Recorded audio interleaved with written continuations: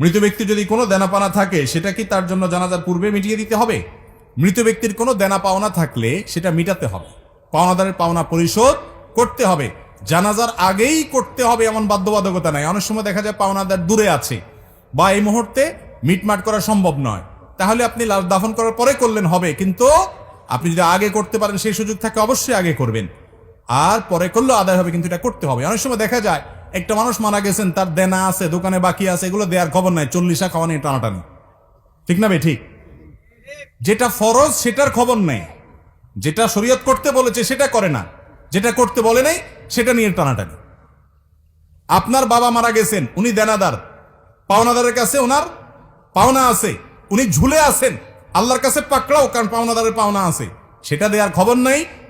আপনি ওই মানুষ খাওয়ায় বেড়াচ্ছেন। মানুষ খাওয়ানো গুরুত্বপূর্ণ না পাওনাদারের পাওনা পরিশোধ করা গুরুত্বপূর্ণ? তার রূহ ঝুলে থাকে যে ব্যক্তি পাওনাদারের পাওনা পরিশোধ করা ছাড়া মৃত্যুবরণ করে। শরীয়তের নির্দেশ হলো কোনো মানুষ মারা যাওয়ার পরে তার সম্পদ থেকে সর্বপ্রথম কাজ হলো পাওনাদারের পাওনা দেওয়া, এরপরে তিনি ওসিয়ত করলে সেটা পূরণ করা, তারপরে বাকিটা তার ওয়ারিসদের মধ্যে বন্টন হবে। এখন আমাদের ওইগুলোর কোনো খোঁজ খবর নাই, যেটা শরীয়তে বলে নাই ওইটাকে সবচেয়ে গুরুত্ব দিয়ে করি। আল্লাহ আমাদেরকে বোঝার তৌফিক দান করুন।